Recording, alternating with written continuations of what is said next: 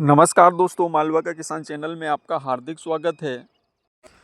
गेहूं में किसानों की सबसे विश्वसनीय और किसानों को सबसे ज़्यादा उत्पादन देने वाली गेहूं की वैरायटी HI 8759 पूसा तेजस के बारे में आज के वीडियो में संपूर्ण जानकारी समझेंगे। उसके अलावा फील्ड पर क्या स्थिति है अभी की स्थिति में और क्यों पूसा तेजस का धीरे धीरे उत्पादन कम होता चला जा रहा है, किस प्रकार से हम पूसा तेजस से फिर से अच्छा उत्पादन ले सकते हैं, पूसा तेजस की संपूर्ण जानकारी, ये सारी चीज़ें आज के वीडियो में हम स्टेप बाय स्टेप समझने वाले हैं। तो जो किसान भाई हमारे चैनल पर नए आए हैं वो पहले इस हमारे चैनल को सब्सक्राइब कर दीजिए ताकि हमारे चैनल का नोटिफिकेशन आपको मिलता रहे और गेहूं से जुड़ी हुई विभिन्न प्रकार की जानकारियां और गेहूं की और अच्छी वैरायटियों के बारे में आपको जानकारी मिल सके। तो करते हैं आज के वीडियो की शुरुआत, बने रहें हमारे साथ आखिर तक। मध्य प्रदेश के मालवा क्षेत्र के किसानों की सबसे विश्वसनीय गेहूं की वैरायटी HI 8759 जिसे कि पूसा तेजस के नाम से जाना जाता है। लगभग इस वैरायटी को सारे किसान जानते हैं, इस वैरायटी से सारे किसान वाकिफ़ हैं। ये वैरायटी अपनी कद काठी मतलब कि अपनी हाइट, उसके अलावा अपने उत्पादन की वजह से किसानों के बीच में बहुत ज़्यादा प्रचलित हुई। हमारे मालवा क्षेत्र के उज्जैन साइड के किसानों ने इस वैरायटी से 20-20 कुंटल बीघा का उत्पादन लिया है। और सबसे बड़ी बात है कि जब गेहूं की सारी वैरायटियां, जब खराब मौसम होता है, उस खराब मौसम में जब गेहूं की सारी वैरायटियां आड़ी पड़ जाती है, उसी के बाद ये आड़ी पड़ती है। एकाएक ये बहुत ही कम आड़ी पड़ती है, क्योंकि दोस्तों इस वैरायटी की जो सबसे बड़ी विशेषता है कि ये गेहूं की वैरायटियों में सबसे कम इस वैरायटी की हाइट है। और सबसे बड़ी बात कि इसका जो तना है वो मजबूत है। एक तो हाइट कम है, तना मजबूत है, इसका जो दाना है वो बोल्ड और चमकीला है। ये एक काठिया वैरायटी है दोस्तों। काठिया वैरायटी मतलब कि ये जो गेहूं है ये डायरेक्ट चपाती के लिए नहीं है, खाने के लिए नहीं है। अन्य जो प्रोडक्ट बनते हैं, बिस्किट है, ब्रेड है, अन्य जो प्रोडक्ट बनते हैं उसके लिए है, रोटी के लिए ये वैरायटी नहीं है, क्योंकि इसकी जो रोटियां होती है वो कड़क होती है। अब बात करते हैं कि जब इसके अंदर इतनी सारी विशेषताएं हैं तो फिर किसानों का जो रुख है, का जो मन है इस वैरायटी से धीरे धीरे क्यों हट रहा है। तो दोस्तों उसका कारण है कि जैसे जैसे ये वैरायटी पुरानी होती चली जा रही है, वैसे वैसे क्या हो रहा है कि इसका जो उत्पादन है वो कम होता जा रहा है। तो ये एक स्वाभाविक प्रक्रिया है दोस्तों। जैसे जैसे बीज फाउंडेशन होता चला जाता है, जैसे जैसे बीज पुराना होता चला जाता है, उसका उत्पादन आना, जैसे जैसे वैरायटी पुरानी होती चली जाती है उसका उत्पादन कम होता चला जाता है धीरे धीरे। एक स्वाभाविक प्रक्रिया है। तो दोस्तों हम ऐसा क्या करें कि हम पूसा तेजस से फिर से वही उत्पादन ले सकें, क्योंकि देखिए दोस्तों ये एक विश्वसनीय वैरायटी तो हमारी पहले से है, लेकिन बात ये आ रही है कि उत्पादन कम आ रहा है तो फिर हम दूसरी वैरायटियों की तरफ जा रहे हैं, जिसका कि खामियाजा भुगत रहे हैं कि अभी जो मौसम खराब हुए हैं उन मौसमों में बहुत सारी वैरायटियां बिल्कुल आड़ी पड़ गई हैं। तो ऐसी स्थिति में हम ऐसा क्या करें कि हम इस वैरायटी से अच्छा उत्पादन ले सकें। तो यहाँ पर हमें सबसे पहले तो ध्यान देना होगा बीज का। हमें ये जो कट्टों की पैकिंग वाले जो बीज आते हैं दुकानों वालों के, हमें इनसे बीज ना खरीद कर अगर संभव हो सके तो हमें इस वैरायटी का जो बीज है वो चेंज कर लेना चाहिए। कृषि अनुसंधान केंद्र से हमें इसका बीज ले लेना चाहिए, क्योंकि इसका जो बीज है पुराना हो गया है तो वो उत्पादन कम दे रहा है। तो और थोड़ी थोड़ी समस्याएं, जो पुराना बीज होता चला जाता है थोड़ी समस्याएं आने लगती है, तो हमें कृषि अनुसंधान केंद्र से बीज ले लेना चाहिए इसका। तो दोस्तों जिस भी कृषि अनुसंधान केंद्र से इसका बीज आपको मिल जाए तो कृषि अनुसंधान केंद्र से इसका बीज खरीद लें, क्योंकि दोस्तों बीज ही एक गेहूं की खेती में एक इम्पोर्टेंट रोल अदा करता है। तो यहाँ पर अगर हमारा बीज अगर फिर से नया हो जाएगा तो कहीं ना कहीं उसकी जो उत्पादन क्षमता है वो बढ़ जाएगी। उसके बाद दोस्तों दूसरा इम्पोर्टेंट जो पहलू है इसका वो है बीज दर। अब चूंकि वैरायटी थोड़ी सी पुरानी हो गई है तो इसमें फुटाव आना कम हो गया है दोस्तों।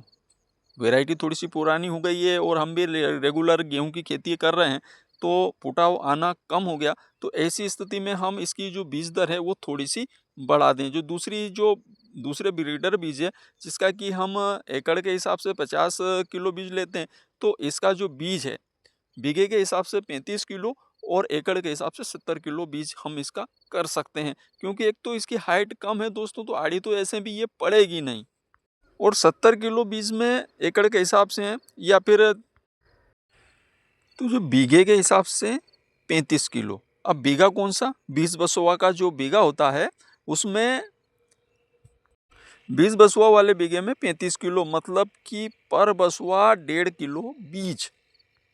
अब अगर अपना एकड़ 40 बसुआ का है तो 70 किलो बीज लगेगा, और अगर 32 बसुआ का है तो 32 गुणित 1.5 कर लीजिए, उस अनुसार उसका बीज आप ले सकते हैं। क्योंकि दोस्तों बीघे भी बड़े हैं छोटे हैं, उसके अलावा एकड़ भी कहीं बड़े हैं कहीं छोटे हैं, कहीं 40 बसुआ के एकड़ हैं, कहीं 32 बसुआ के एकड़ हैं, कहीं 25 ही बसुआ के एकड़ हैं, तो आप पर बसुआ 1.5 किलो बीज ले सकते हैं।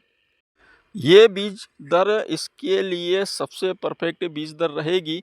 तो दोस्तों ये देखिए, ये हमने यहाँ पर 25 किलो बीघा के हिसाब से पूसा तेजस लगाया हुआ है, तो हमें कहीं ना कहीं इसमें कमी दिख रही है दोस्तों, ये थोड़े से छिद्दे हमें दिख रहे हैं। उसका रीज़न ये है कि इसमें जो फुटाव है वो थोड़ा कम आया।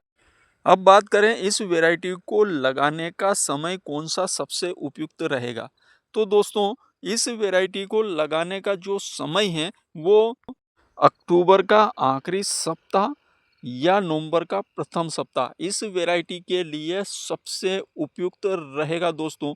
क्योंकि ये जो वैरायटी है, ये वैरायटी 115 से 125 दिन की वैरायटी है। अधिकतम जाएगी तो 130-135 पे कटाई हो जाएगी दोस्तों इसकी। बाकी 115 से 125 दिन के बीच में ये वैरायटी मैच्योर हो जाएगी। बाकी कटाई करना फिर अपने हाथ में होता है। तो उस अनुसार बुआई के लिए ऐसा समय देखा जाए कि ना तो बहुत ज़्यादा ठंड आ जाए और ना ही बहुत ज़्यादा गर्मी रहे, ताकि ये जो वैरायटी है अच्छा फुटाव ले सके। क्योंकि दोस्तों सबसे बड़ी समस्या ही इसमें यहाँ से निर्मित हो रही है कि ये जो फुटाव है ये आना कम हो गए हैं, और फुटाव कम है उसकी वजह से हो क्या रहा है कि उत्पादन डाउन चला जा रहा है। बीज क्वालिटी में अभी कोई अंतर नहीं आया है, बाकी चीज़ में कोई अंतर नहीं आया है, सिर्फ फुटाव ही इसका कम आने लगा। बात करें इस वैरायटी की परिपक्वता अवधि की, तो ये जैसा मैं पहले बता चुका हूँ, ये 115 से 125 दिन में मैच्योर हो जाती है, परिपक्व हो जाती है। और उसके बाद कटाई करना, हार्वेस्टर से कटवाना है कि हाथ से कटाना है। हाथ से कटाते हैं तो हाथ से कटाने में ये वैरायटी 135 दिन के आसपास कट जाती है, और अगर हार्वेस्टर से कटवाएंगे तो 140 दिन हार्वेस्टर के लिए। और सबसे बड़ी बात है दोस्तों कि ये वैरायटी चटकती नहीं है, तो इसे हम अच्छे खासी सुखा सकते हैं, जिससे कि हमारा जो हार्वेस्टर से कटवाने पर जो माल है वो साफ सुथरा निकले। तो ये चटकती बिल्कुल नहीं है। बाकी कटाई करवाने का जो अपने ऊपर डिपेंड करेगा कि हम इसकी कब कटाई करवाते हैं। बाकी 115 से 125 इसका परिपक्वता अवधि का समय है, तो इस समय में ये वैरायटी पककर तैयार हो जाती है। अब बात करें दोस्तों इस वैरायटी में सिंचाई की, तो दोस्तों इस वैरायटी में कुल 5 सिंचाइयों की आवश्यकता लगती है। अगर आपके यहाँ पर पानी की कमी है, 5 सिंचाइयाँ आप नहीं कर सकते हैं, तो इस वैरायटी का चयन आप ना करें। क्योंकि देखिए दोस्तों ये काठिया वैरायटी है, इसका दाना जो होता है वो बोल्ड होता है, तो दाना बोल्ड है तो उसको थोड़ा सा आखिर में पानी चाहिए होगा। तो जहाँ 5 पानी, मतलब कि जो एक नॉर्मली जो मिट्टी है वहाँ की बात है, जहाँ पर बहुत ज़्यादा गहरी मिट्टी है जो कि बहुत ज़्यादा पानी सोखती है तो वो बात अलग है। लेकिन एक जो नॉर्मली जो मिट्टी है जो कि ना तो ज़्यादा कमज़ोर है ना ही जो बहुत ज़्यादा भारी है, वहाँ पर इसको 5 सिंचाई की आवश्यकता लगती है। तो इसी स्थिति में जहाँ पर 5 पानी की व्यवस्थाएं हैं वहाँ पर इस वैरायटी का चयन करें। अब बात करते हैं इस वैरायटी की रोग प्रतिरोधक क्षमता की, तो दोस्तों ये लगभग है कि इसमें रोग नहीं के बराबर आते हैं, लेकिन फिर भी जो हमारा गोबर वाला जो स्प्रे होता है उस स्प्रे में दोस्तों हम एक आध फंगीसाइड और एक आध कीटनाशक ले लें, और एक आध सूक्ष्म पोषक तत्व ले लें, जैसे कोम्बी हो गया इधर फंगिसाइड में अपन चाहें तो मेटालेक्सिम इनकाजेब ले सकते हैं, और इधर कीटनाशक में अपन चाहें तो इमामेक्टिन ले सकते हैं। ये इस प्रकार का एक स्प्रे हम ले सकते हैं, क्योंकि दोस्तों देखिए अभी की स्थितियाँ ऐसी निर्मित हो गई है कि गेहूं की फसल के अंदर भी कम से कम एक स्प्रे तो करना पड़ेगा। नहीं तो क्या हो रहा है कि गेहूं के अंदर इल्ली भी लग रही है, फंगस भी लग रहा है। बहुत सारी जगह पर जो पाउडरी मिल्ट वाली जो समस्या है वो देखने को मिली है गेहूं में। बाकी ज़्यादा विशेष इसमें कोई रोगों वाली कोई समस्या इस वैरायटी के अंदर है नहीं। जो नॉर्मली सारे गेहूं में स्प्रे होगा उसी प्रकार का एक स्प्रे आप इसमें ले सकते हैं, वो गोबट अवस्था पर। अब बात करते हैं इस वैरायटी की हार्वेस्टिंग